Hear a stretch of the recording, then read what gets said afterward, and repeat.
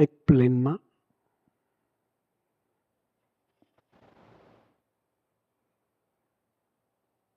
નાનું પ્લેન હશે 40 પેસેન્જરનું, અને એક ડેસ્ટિનેશન બીજા ડેસ્ટિનેશન તરફ જતું હતું અને વચ્ચે ટર્બ્યુલન્સ આવ્યા. એટલું બધું પ્લેન વાઇબ્રેટ થાય, પેસેન્જર બધા જ ટેન્શનમાં કે સુખરૂપ ઘેરે પહોંચીએ તો સારું. થાય કે ના થાય? ઉછાળે.